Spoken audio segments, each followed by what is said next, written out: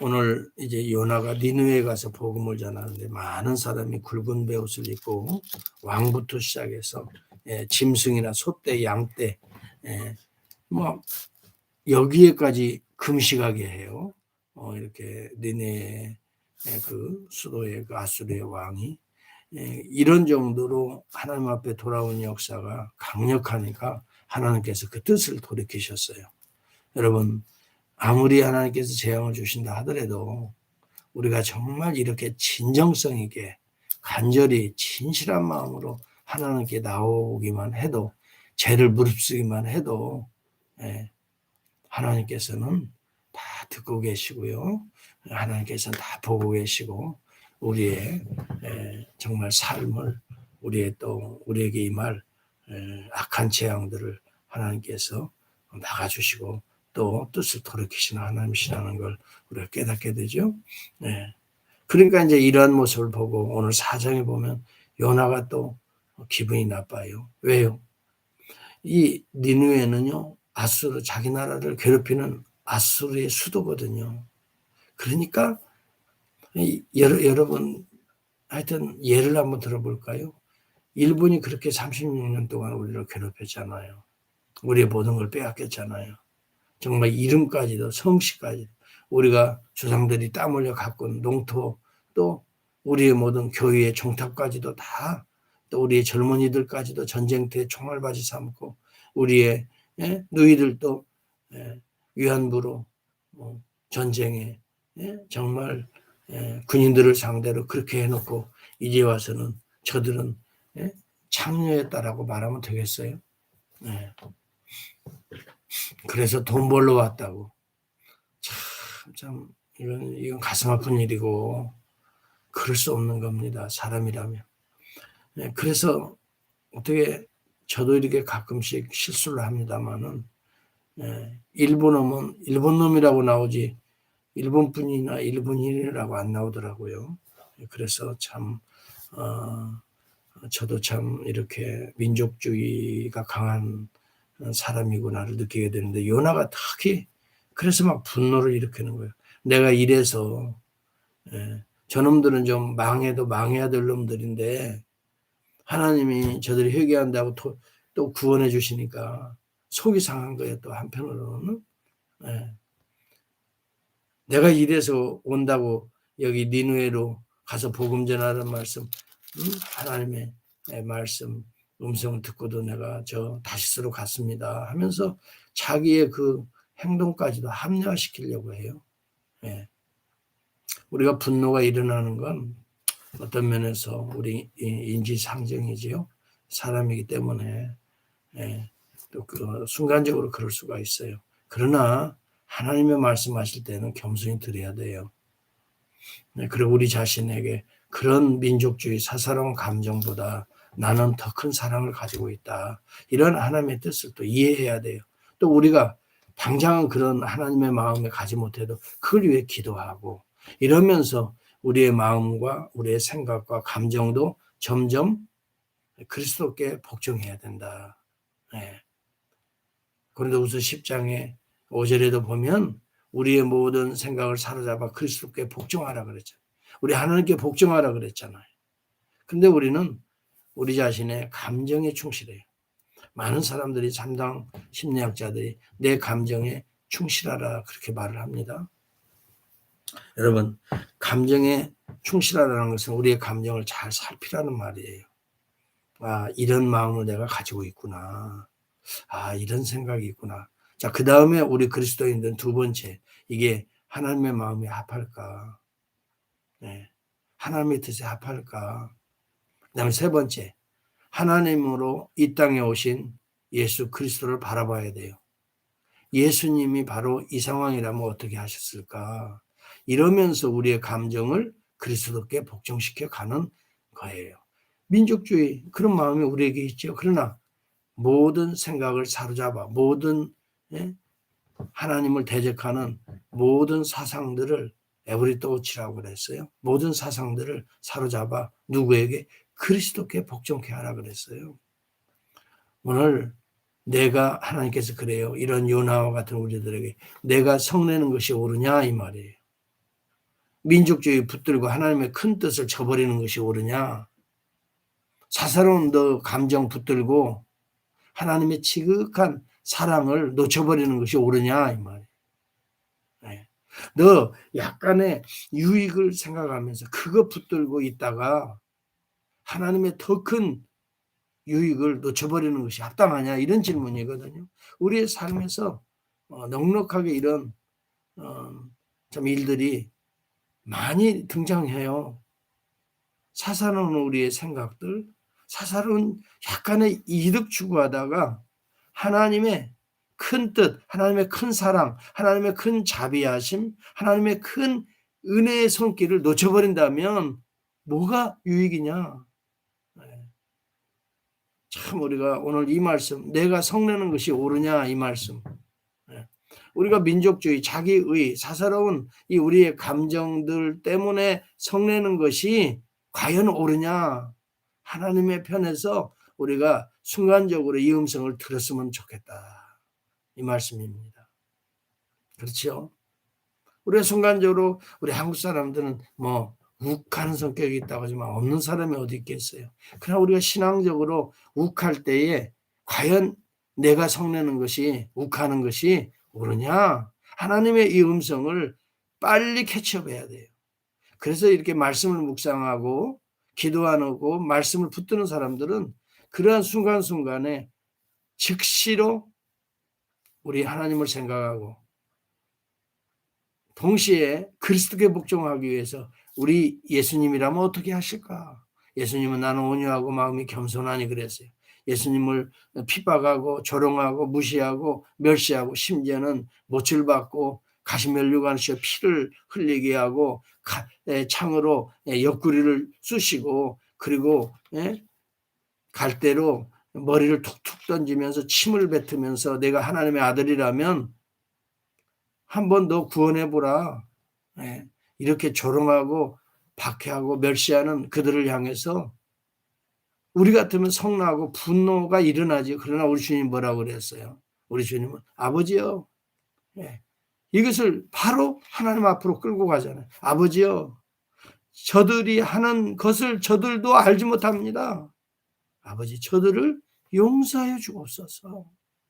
우리 가운데는 미워하는 마음이 많이 순간순간 생길 때가 있겠죠. 사람들하고 또 누구하고 부부간에도 마찬가지. 순간순간으로 막 감정이 북받쳐서 욱하다가 서로의 마음에 상처를 주는데 그 순간 영적으로 잘 훈련된 사람들은 내가 성내는 것이 옳으냐 하는 하나님의 음성을 듣게 된단 말이에요. 그리고 아차 싶어요. 여기 본문에 보니까 하나님께서 깨닫지 못하는 요나에게 그 초막을 짓고 그 성읍에서 무슨 일이 일어나는가를 보려고 그 그늘에 앉아 있는데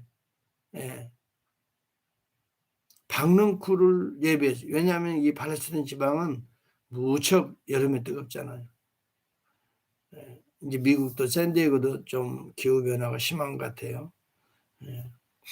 막 낮이 되면 아침 저녁으로는 싸늘한데 낮 되면 싸늘하다고 막 뭐 두툼하게 입고 가면요 조금만 낮이 되어도 막 다 벗어 놓아야 될 정도로 덥거든요.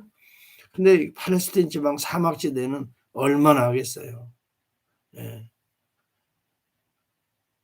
아리조나만 조금만 나가도 거기는 100도가 넘기도 하고 그래요. 여름철에는. 그래서 문 열고 나가면 마치 한중막에 두른 것처럼 막 후끈해요. 화장실도 못 가겠어요.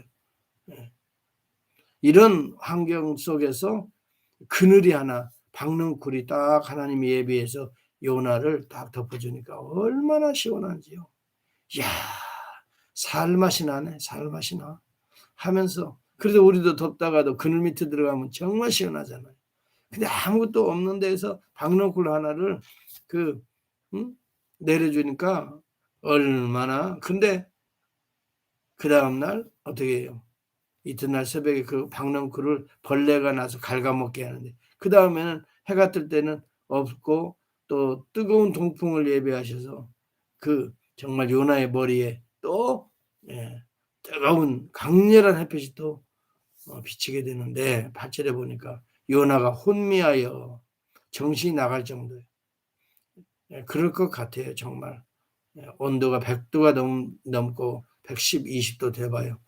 정신이 나가 혼미하여 스스로 죽기를 구하여 이르되 사는 것보다 죽는 것이 내게 나으니라. 나으니이다. 그러면서 또 막 차라리 죽어버리는 게 낫지. 뭐 이런 식이겠죠. 화가 나면 막 우리도 그런 소리 하잖아. 차라리 죽는 게 낫지. 이렇게 우리는 감정 조절을 못하는 때가 참 많아요.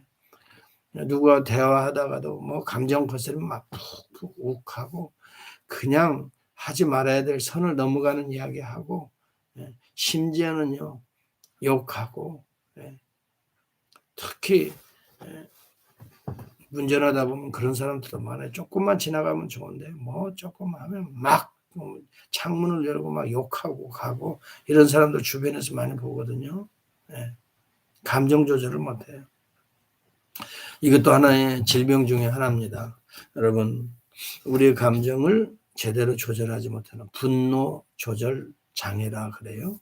분노를 조절하는 우리의 이성과 합리적인 생각과 또 감정, 성숙한 감정이 있으면 분노를 조절하거든요. 그런데 이 분노 조절을 할 수 있는 그런 마음의 감정들이 상해 있는 질환을 분노 조절 장애라고 그래요.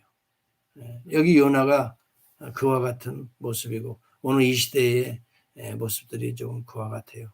오늘 이 아침에 주시는 우리 주님의 메시지입니다. 내가 성내는 것이 옳으냐. 박넝쿨 하나까지도 이렇게 네가 소중히 여기는데 나는 12만 명 넘는 좌우를 분별하지 못하는 니느웨의 200성 이 가축들까지 심지어는 가축들도 많이 있다 이거예요. 여러분 인간만 하나님 사랑하시는 것이 아니라 피조물 전체를 사랑하시는 하나님이신 것을 깨달아요. 그래서 로마서 8장에 보면 피조물이 탄식하는 것을 구속하시는 하나님의 메시지가 등장하거든요. 하나님이 우리를 구속할 때는 피조물까지 구속하십니다. 그리고 하나님은 이와 같이 박넝쿨 하나라도 우리는 소중히 여길 정도로 그런 마음이 하나님에게는 무궁무진한 거예요. 니느웨 우리의 원수의 나라까지 일본의 나라까지 하나님 사랑하셔요. 그리고 그 가운데 구원받아야 될 백성들이 있어요. 그래서 일본의 선교사들 한인 선교사들이 지금 많이 가 있고 저희 동기 목사님 가운데에도 일본의 선교사로 가서 사역하는 분이 계세요.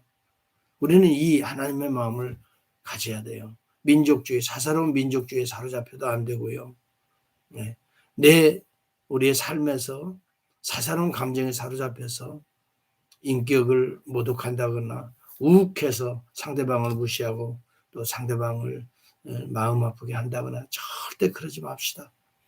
우리는 오직 그런 순간이 있다 할지라도 우리의 나와 같은 이런 더럽고 추한 모습을 위해서 우리 주님이 오히려 아버지 저들이 하는 것을 알지 못하나이다. 우리도 사실 예수님에게 조롱하고 핍박하고 옆구리 찌르고 여러분 머리에 가시멜류가 예수님께 침 뱉는 그런 행위들이 우리 그리스도인들도 얼마나 많이 하는지 모르겠어요. 이게 하나님께 영광이 되지 못하고 하나님을 정말 향해서 침 뱉는 것과 같은 그런 감정과 그런 마음으로 하나님께 정말 덕이 되지 못하고 영광이 되지 못하고 사람들에게 덕이 되지 못하는 그러한 행위들을 또 그렇게 욱할 때마다 우리 주님을 생각합시다. 온유와 겸손을 생각합시다. 나는 마음이 온유하고 겸손하니 그랬어요. 여러분 그 온유라는 말은 프라우스입니다. 거친 마음이 있지만 그것을 그 강력한 힘을 오히려 그리스도께 하나님의 뜻에 복종시키는 그것을 온유라고 말하는 거예요. 길들여진 야생마라는 거예요. 야생마가 얼마나 거칠고 힘이 있고 보통 말하고는 다르잖아요. 그런데 왕들이 타는 준마는 바로 길들여진 말이에요. 하나님께서 우리를 사용하실 때는 거친 우리의 성품을 쓰는 게 아니에요. 잘 길들여진 성품으로 하나님은 오늘도 저와 여러분들을 사용하시기를 원하셔요. 한 가닥 하는 분들이 다 누구 말할 거 없어요. 저부터 시작해서 다 그냥 놔두면 한 가닥 해요. 네. 큰일 저지를 수 있는 가능성이 농후한 분들이에요. 그렇지만 하나님의 은혜로 정말 우리가 이렇게 잘 다듬어져 가고 있다는 것이 감사해요. 민족주의도 사사로운 우리의 감정도 오늘 우리가 다 그리스도께 복종시키고 원수까지도 사랑하라고 하는 우리 예수님의 이 온유하고 겸손한 마음으로 십자가에 지고 정말 저들을 오히려 용서해 달라고 하는 이 마음으로 우리가 정말 오늘도 살아가지 않으면 우리도 요나 아이고 이럴 수 있어 분노하고 성내는 요나 정죄할 수 없어요. 그런 마음 다 우리에게도 도사리고 있거든요. 오늘도 성령님께 간구해서 예수 그리스도의 성품을 품고 오늘도 한 영혼을 원수까지도 사랑하는 마음을 주십시오. 내 주변에 혹시라도 우리의 마음속에 아직도 미워하는 마음이 있습니까? 아직도 좀 이렇게 마음이 캥겨진 부분이 있다면 이것조차도 오늘 이 아침에 이 메시지를 내가 그렇게 꽁한 마음이 옳으냐? 내가 성내는 분노하는 마음이 옳으냐? 아직도 오해하고 아직도 진리가 아닌 문제로 그렇게 시기하고 질투하고 오해하고 거리를 멀리하고 하는 것이 옳으냐? 여러분 이 질문에 이 음성에 오늘도 들을 수 있어서 여러분 마음속에 혹시라도 이런 부분에 캥기는 부분이 있고 성령이 양심을 찔르는 부분이 있다면 이 시간 다 회개하고 예수 그리스도와 같이 복음을 위해서 온유와 겸손한 마음으로 오늘도 이 세상에 파송받는 거룩한 아침이 될 수 있기를